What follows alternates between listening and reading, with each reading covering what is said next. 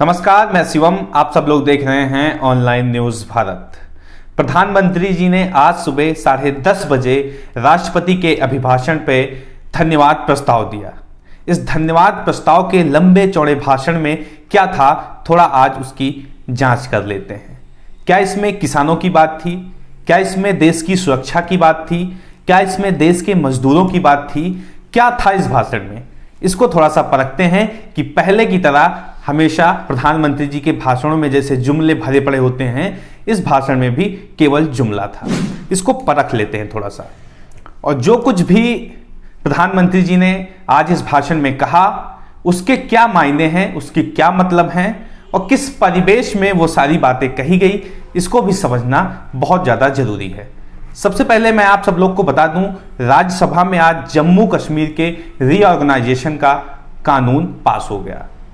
इसका मतलब क्या है? जम्मू कश्मीर को नए तरीके से अब गढ़ा जाएगा, पुनर्गठन होगा जम्मू कश्मीर का। अब इस पुनर्गठन में क्या है, इसको भी समझना जरूरी है। अब वहां पे इंडस्ट्री लगाई जाएंगी। जो कश्मीरियत बचाने की बात श्री अटल बिहारी वाजपेयी जी करते थे अपने कार्यकाल के समय में, वो भी बीजेपी के ही प्रधानमंत्री थे। उस कश्मीरियत को ध्वस्त किया जाएगा। सीधा सीधा बात ये है। अब कैसे ये सारी चीजें की जाएंगी, इसको थोड़ा सा समझना पड़ेगा हम लोग को। कश्मीर में जब फैक्ट्री लगेंगी, वहां पे और जो इंडस्ट्रीज डेवलप की जाएंगी, तो जो कश्मीर के मूलभूत व्यापार हैं उनको समाप्त किया जाएगा। जैसे कश्मीरी साड़ियां होती हैं, कश्मीरी शॉल होते हैं, और कश्मीर एक पर्यटन का बहुत बड़ा स्थान है। पूरे विश्व भर से लोग वहां पे पर्यटन के लिए आते हैं। ये सभी चीजें हम सब लोग जानते हैं। लेकिन सरकार इन चीजों से अलग हटके वहां पे इंडस्ट्रियलाइजेशन को बढ़ावा देने की कोशिश कर रही है। अब इससे न केवल कश्मीर की खूबसूरती पे असर पड़ेगा, बल्कि वहां पे जो आम व्यापार चल रहा है, जो वहां के लोगों का आम व्यापार है, वो भी प्रभावित होने वाला है। सीधी सी बात यह है। तो ये जो एक नया रेजोल्यूशन पास हुआ है संसद के अंदर, रीऑर्गेनाइजेशन जम्मू कश्मीर का, इसके आने वाले समय में इसका क्या असर होगा वो तो देखने वाली बात होगी। लेकिन आगे बढ़ते हैं और समझते हैं कि क्या कुछ प्रधानमंत्री जी ने आज अपने भाषण में कहा देश के किसानों के लिए और देशवासियों के लिए। इसको समझते हैं। सबसे पहले जो किसानों का मुद्दा आज हाइप पे चल रहा है और किसानों का आंदोलन लगभग 75 दिन पार कर चुका है। 2 महीने से भी ज्यादा समय हो गया किसान आंदोलन को। तो किसान आंदोलन को समाप्त करने की प्रधानमंत्री जी ने अपील की। अब अपील भी कैसी? उन्होंने कहा कि आंदोलन को जल्द से जल्द खत्म किया जाए, साथ ही साथ जो बुजुर्ग हैं, महिलाएं हैं, उनको आंदोलन से वापस भेजा जाए। यह अपील सुप्रीम कोर्ट भी पहले कर चुका था, लेकिन उस समय की वीडियो हम लोग बना के डाले हैं, आप सब लोग देख पाए होंगे शायद, कि किस तरीके से सारे बुजुर्ग, जो भी बुजुर्ग थे, 80 साल के बुजुर्ग, 85 साल के बुजुर्ग और महिलाएं जो आंदोलन में लगातार शुरू से सक्रिय हैं, उन सभी ने इस बात को नकार दिया था कि हम पीछे हटने वाले नहीं हैं। और इसके साथ साथ ही जो आंदोलन खत्म करने की बात प्रधानमंत्री जी ने कहा, उस पे भी कोई ठोस तथ्य रख के बात नहीं की। तो प्रधानमंत्री जी ने कहा कि हमारा लोकतंत्र सत्यम शिवम सुंदरम पर आधारित है। सत्यम शिवम सुंदरम एक बहुत अच्छा श्लोक है संस्कृत का, जिस श्लोक को कोट करते हुए प्रधानमंत्री मोदी जी ने इस बात को कहा कि हमारा लोकतंत्र सत्यम शिवम सुंदरम पर आधारित है। साथ ही साथ आपातकाल के दिनों को भी याद दिलाया कि किस तरीके से इमरजेंसी के दौरान सभी पत्रकारों को, सभी बड़े नेताओं को, सभी विपक्षी नेताओं को किस तरीके से जेल के अंदर भर दिया गया था। और ये बताते हुए इस बात का जिक्र किए कि हम अब इस लोकतंत्र को खतरे में जाने नहीं देंगे। तो हमें समझ में ये बात नहीं आई कि प्रधानमंत्री जी किस लोकतंत्र की बात कर रहे हैं तत्कालीन समय में। उस समय में जहां पे पत्रकारों को जबरन गलत तरीके के मुकदमे लगा के उन्हें जेल के अंदर डाला जाता है, विद्यार्थियों की आवाज को दबाया जाता है, स्टूडेंट्स का दमन किया जाता है, ये किस लोकतंत्र की प्रधानमंत्री जी बात कर रहे हैं हम समझ नहीं पा रहे हैं।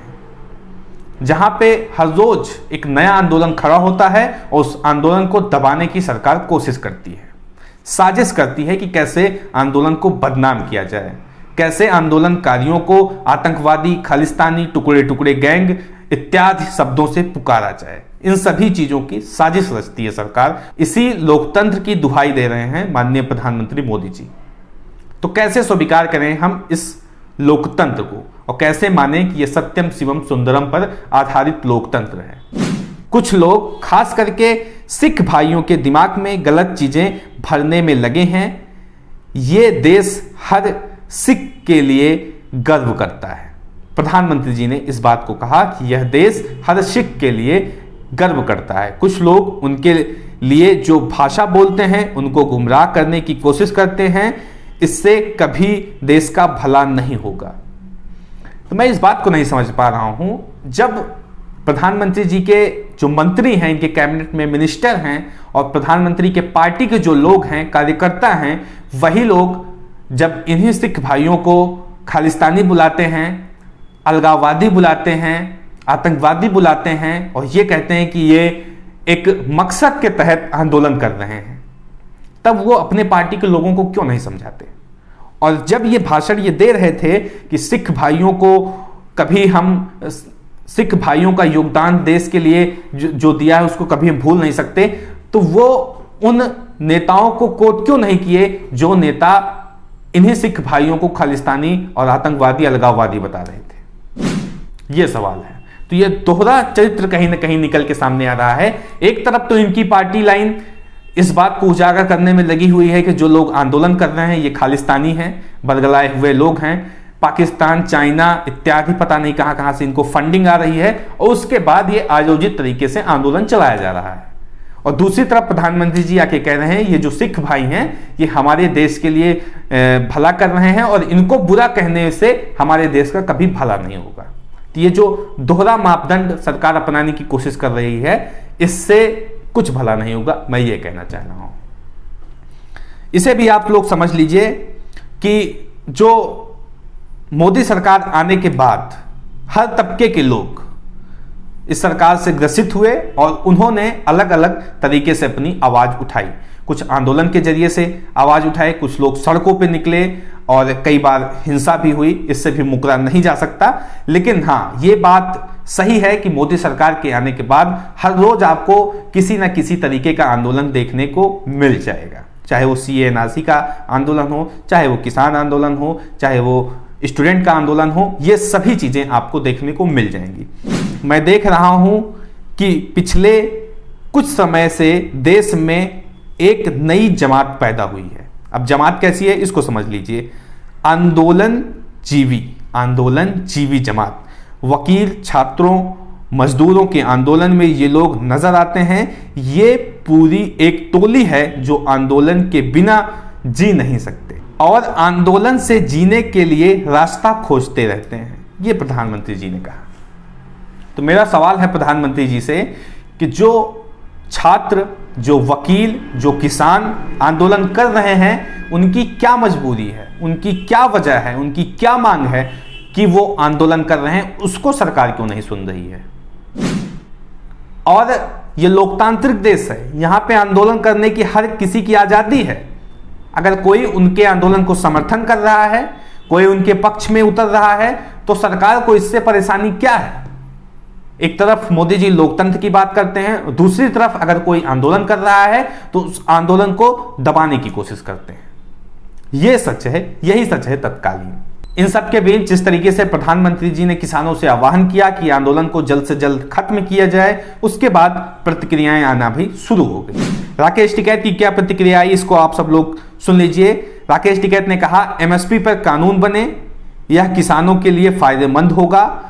देश में भूख से व्यापार करने वालों को बाहर निकाला जाएगा। देश में अनाज की कीमत भूख से तय नहीं होगी। प्रधानमंत्री को अपील करनी चाहिए कि विधायक और सांसद अपनी पेंशन छोड़ें, उसके लिए यह मोर्चा धन्यवाद करेगा। राकेश टिकैत जी ने आज इस बात को कहा। इसके साथ साथ ही प्रतिक्रियाएं कुछ विपक्ष के नेताओं से भी आई, जिसमें रणदीप सिंह सुरजेवाला लफाजी और जुमलेबाजी के अलावा राज्यसभा में कुछ ठोस नहीं कर पाए मोदी जी। ना 75 दिन के आंदोलनरत किसानों के लिए कोई ठोस आश्वासन और ना ही सीमा में घुसपैठ के लिए चीन पर एक शब्द। आत्ममुग्ध प्रधानमंत्री वास्तव में पीएम नहीं प्रचारक की भूमिका निभा रहे हैं, रणदीप सिंह सुरजेवाला ने इस बात को कहा। तो एक तरह से देखा जाए, जो आज प्रधानमंत्री जी अपने भाषण में बहुत सारी बातें किए, उसका एक तरफा मायने अगर निकाला जाए तो उसमें ना तो वो किसानों की बात किए, ना वो सुरक्षा की बात किए, ना वो शिक्षा की बात किए। ऐसा कुछ भी उन्होंने नया नहीं कहा जिसको पहले वो दोहरा ना चुके हों और या फिर उनकी सरकार ना दोहरा चुकी हो। आंदोलन खत्म करने की बात कर रहे हैं, कह रहे हैं रास्ता खुला है बातचीत का, बातचीत करिए। किसान भी अपने जिद पे अड़े हुए हैं कि जब तक तीनों कानून वापस नहीं होंगे, एमएसपी पे कानून नहीं बनेगा, तब तक वो पीछे हटने वाले नहीं हैं। आपकी राय क्या है इस वीडियो को देखने के बाद कमेंट बॉक्स में बताएं। साथ ही साथ चैनल को सब्सक्राइब करें, वीडियो को ज्यादा से ज्यादा शेयर करें। मिलते हैं इसी तरह किसी और खबर के साथ, तब तक के लिए नमस्कार। इस खबर को अभी लाइक करें, शेयर करें, अभी चैनल को सब्सक्राइब करें और घंटी जरूर दबाएं।